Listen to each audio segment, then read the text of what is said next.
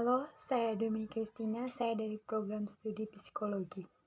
Di sini saya akan menjelaskan yang pertama definisi dan ruang lingkup psikologi. Definisi psikologi berasal dari bahasa Yunani, yaitu psyche yang maknanya berarti jiwa dan logos berarti ilmu. Jadi, secara harfiah, psikologi berarti ilmu jiwa. Berikut menurut para ahli, yang pertama Gardner Murphy, psikologi adalah ilmu yang mempelajari respon yang diberikan oleh makhluk hidup terhadap lingkungannya. 2. Clifford T. Morgan memperspektifkan bahwa psikologi adalah ilmu yang mempelajari tingkah laku manusia dan hewan. Dari beberapa definisi tersebut dapat disimpulkan bahwa pengertian psikologi adalah ilmu pengetahuan yang mempelajari tingkah laku manusia baik sebagai individu maupun hubungannya dengan lingkungan. Yang berikutnya, ruang lingkup psikologi. Yang pertama, psikologi praktis, yaitu psikologi yang mempelajari tingkah laku individu dalam bidang kehidupan tertentu. 2. Psikologi teoritis, yaitu ilmu yang mempelajari gejala-gejala kejiwaan.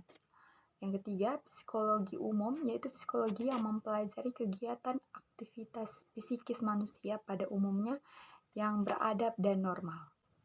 Yang keempat, psikologi khusus, yaitu psikologi yang mempelajari segi-segi kekhususan aktivitas psikis manusia. Yang kedua, hubungan psikologi dengan ilmu lain, yaitu hubungan psikologi dengan ilmu sosiologi.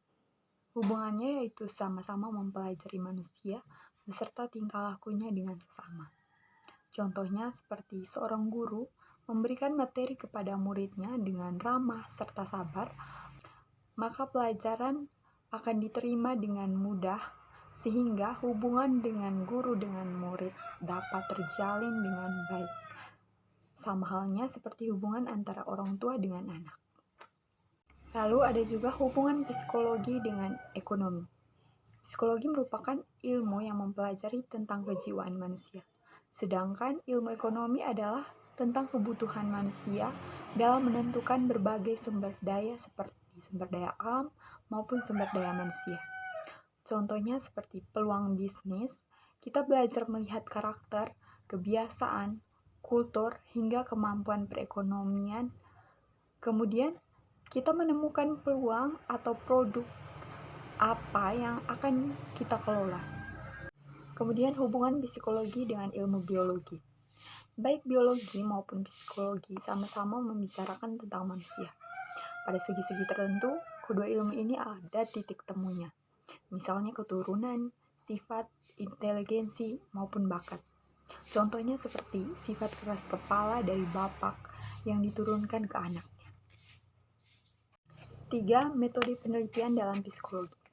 1. Metode eksperimen merupakan metode psikologi yang menggunakan percobaan. Yang kedua, metode observasi.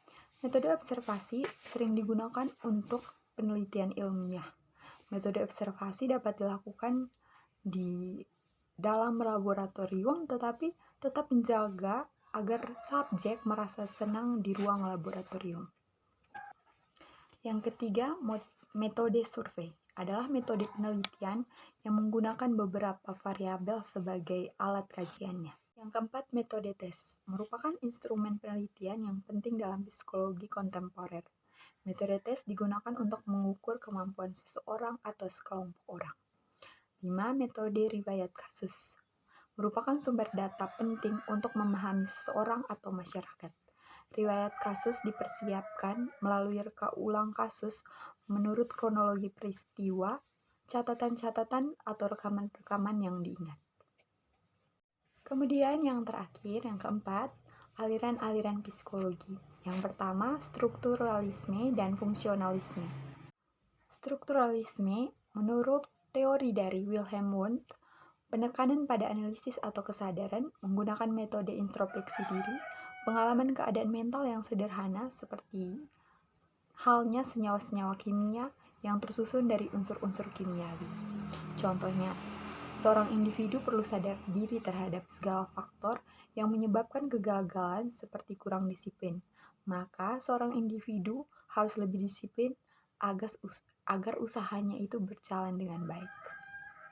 Berikutnya, fungsionalisme, menurut teori dari William James, merupakan sebuah studi mental yang mempelajari fungsi-fungsi kesadaran dalam menjembatani antara kebutuhan manusia dengan lingkungannya. Pilihan bebas untuk beradaptasi dengan lingkungannya. Contohnya, Ica akan bertindak kaku di tempat kerjanya, tetapi sangat cair dalam suasana pesta bersama teman-temannya. Aliran yang kedua yaitu behaviorisme. Teori menurut Ivan Pavlov yaitu mengenai insting kecenderungan bertingkah laku dalam situasi tertentu sebagai hasil pembawaan. Tingkah laku merupakan wujud dari kejiwaan manusia maupun hewan. Contohnya, Chico saat bermain game seringkali kalah.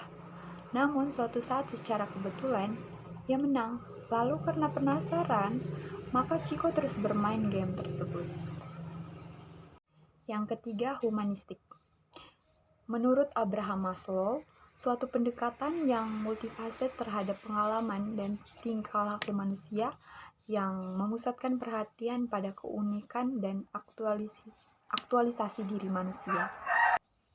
Perkembangan psikologi manusia didorong oleh hierarki kebutuhan fisiologis, keamanan, cinta, harga diri, dan aktualisasi diri.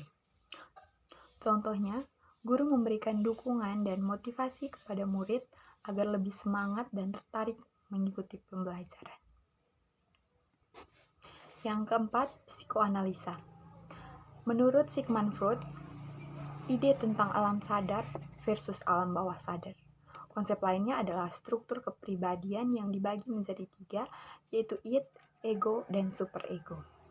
Contohnya, seorang anak kecil ingin sekali membeli jajanan seperti bakso, tapi karena anak kecil itu gendut dan gampang sakit, maka ibunya membatasi jajannya. Tetapi anak itu tetap ingin membeli jajan bakso dengan cara yaitu menangis dan membuang barang-barang karena kesal dan marah.